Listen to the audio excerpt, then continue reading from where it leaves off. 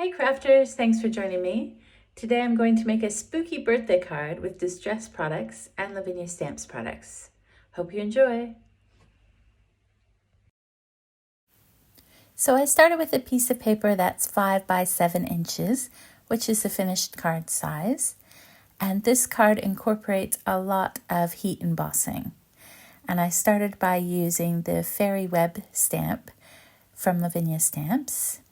And I stamped it with some Versamark clear sticky ink. And I stamped it on 2 opposite corners. And then I heat set this with white embossing powder. And I stamped it so that the images were off the edge, just to fill up this area with the spider webs. Because I had this idea that it would be a neat border for a card to have a spider web going all the way around. So once this was melted and heat set, I repeated this on the 2 other corners, again stamping off of the edge and using white embossing powder. And I used some bright white embossing powder from Wow, which is hard to see in this video, but it will show up as we add some more ink. So then I rotated the stamp and stamped it 4 more times, but this time filling in those triangular areas that the fairy web had left, just so that it looks like there's spider web covering all 4 sides. And then again, I heat embossed this with white embossing powder. And it doesn't really matter if the spider web doesn't completely come up to the edge or if it covers over other spider webs, because real spider webs are a bit haphazard like that. So then I used some Distress Oxide in black soot, and I blended this around the embossed area. And it looks a little bit muddy now, but all you need to use is a bit of paper towel and rub that over the entire spider web, and that lifts off any of that ink that's sticking to that embossing powder. So it makes the spider webs nice and bright white again. So I didn't want to cover up this spider web too much, so the inside of my card is 4.5 inches by 6.5 inches. And I started with some Villainous Potion Distress Oxide, sprayed it with water, and splatted it over the main part of the card.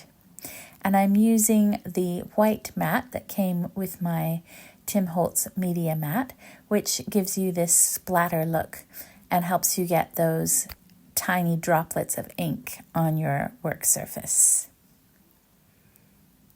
So I'm going to heat set between all of the colors here so that the colors don't blend too much. And I just put some spiced marmalade on next. And I made sure to clean my work surface between the colors. And I focused the spiced marmalade on the inside of the card. And because it's Distress Oxide, it doesn't matter that I've put a lighter color on top of a darker color. And then I put some cracked pistachio, and I wanted this to go around the outside of the card, sort of around the area where that spiced marmalade is.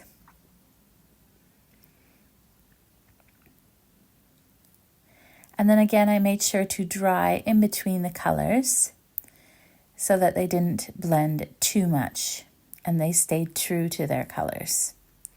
And then I made sure this entire background was completely dry before adding some more color.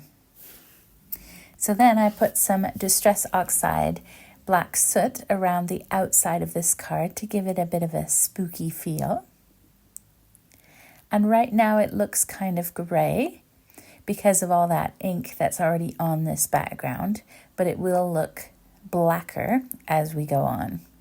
So I wanted to add a little bit more of that cracked pistachio because it kind of got lost when I added that black soot. So I just added this in between that spice marmalade and the black soot. And then I darkened up that black soot by adding more of that on. And you can see how dark that's starting to get, nice and spooky. And then I added a tiny bit more of that cracked pistachio, and I kept blending back and forth until I was happy with a bit of a glow from this background. And then I used the Wizardry stamp from Lavinia Stamps, and I stamped it onto 2 full stick Post-it notes, and then I cut them out to make some masks.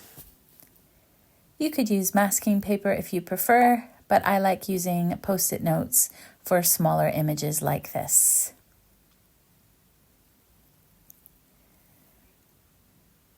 And I wanted to create a bit of a library feel to this card. So what I did is I stamped the bookcase or the books on either side of the card and masked it, and then added some more books so that it looked like there were 2 pillars of books on either side, the left and the right of this card. And by stamping the top image first, it allowed the books to look like they were one on top of the other. So I stamped from the top down. And I made sure to overlap the books so that it was very haphazard and it looks like they're falling over. A perfect spooky library. And then for the center of the card, I just trimmed off the top 2 books off one of those masks, placed it on, and then cleaned my stamp off as much as I could so that when I stamp this carefully onto my background, the top 2 books don't turn out onto my background. Because I wanted to leave enough room on there for one of the creature stamps later on. Now I stamped these in Versaclair ink. This is the Nocturne, the black ink, which is waterproof, because I wanted to use some distress watercolor pencils to color in the books. And by using the distress products together, you get a really neat effect because they all work so well together. And the great thing about the watercolor pencils, which I've sharpened and put into a palette here, is that you can thin them out, which is what I'm doing at the bottom with the water, so that they're more transparent. So I still wanted to see those stamps underneath the color. I didn't want the color to be too dark. So I just added a couple of the colors. This is the watercolor pencil set number 3, and I have the names of the colors underneath of them so that you can see which ones I'm using. But I stuck to the spookier colors. I wasn't sure if this was going to be a Halloween card or a birthday card, and I decided on a spooky birthday card in the end. It would be great for someone you know that has a birthday that's near Halloween. So every time I started with a new color, I made sure to thin it at the bottom on my craft mat so that it wasn't too thick and you could still see the outline of the stamp underneath. And at the beginning, I did use the same color to fill in the pages of the books, but then I discovered that it was better to add a lighter color. In the end, I chose Tattered Rose for the color of all the pages in all the books.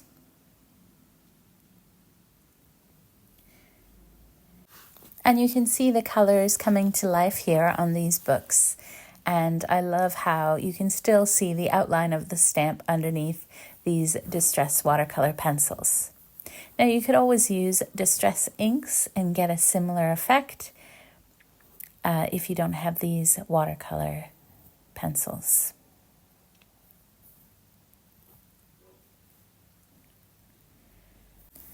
Now, once that was completely dry, I added some details to all those books using some jelly pens. So these are the Moonlight pens from Sakura. You can see the name on the side there. And I stuck to these Moonlight pens because they're opaque. And I thought the colors went well with the distress colors. So I used the blue, the purple, and this green, as well as a turquoise, and also a gold pigment pen from Signo. And I just colored in the details on the stamps just to highlight over the areas. And I think that helps to give it a spooky feel, almost like the books are glowing, especially when you add in the gold pen. It really brings these to life.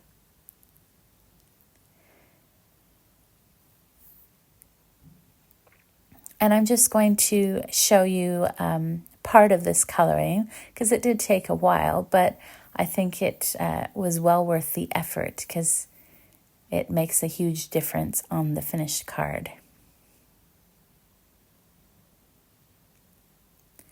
Now I wanted to add a little bit of detail on those pages as well. So once I'm finished with this gold pen, I'm just going to use a black detailed pen and add some lines across the pages so that those look more like pages in a book. And then I will color the rest of these books off camera, and you'll see the finished effect. Just gorgeous.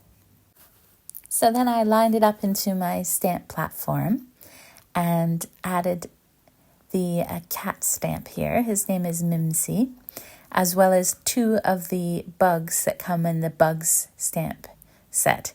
There's actually 5 bugs altogether, but I just stuck with the spiders for this card. And I'm stamping with some Nocturne ink, VersaFine Clair ink, so that it stays wet long enough so that I can heat emboss these images. And I wanted to heat emboss them so that they really stood out on the finished card. But because of all that ink that's already on the card, I needed to stamp them a few times. So that's why I thought it was best to use the stamp platform for this. And I used some black embossing powder over all 3 of these images and then heat set these. And I think it makes a really dramatic effect, adding that black, and helps the cat and the spiders to really stand out on the finished card.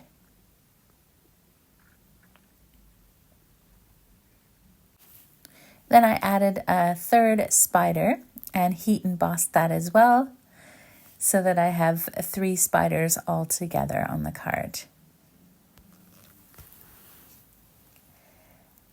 And then once that's all heat embossed, I used a ruler to add some lines on the 2 spiders that are dangling so that it looks like they're falling down on their spider webs.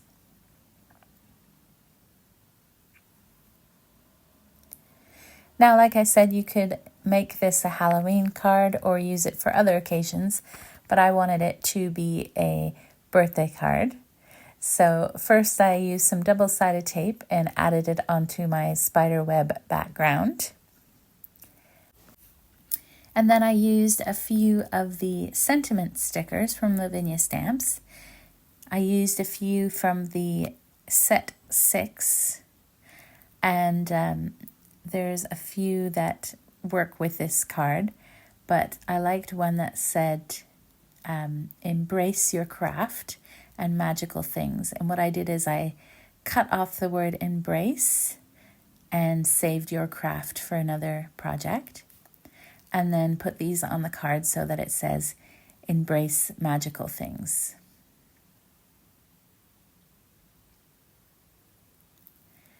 And these come in 3 different colors, but I thought the black worked well on this card. Now I did notice that I had a bit of double stamping on that cat, but I didn't mind this because I think it looks like the cat has a little bit of a spider in his mouth already. So I added this onto a 5 by 7 inch card base and then added my birthday sentiment on the inside of the card. So I used the stamp that says birthday wishes from the sentiments stamp set, and then one of those cute spiders that's on the outside of the card, and added him on the inside as well. And now you can see the finished spooky card. Thanks for watching, and I hope you found this video inspiring.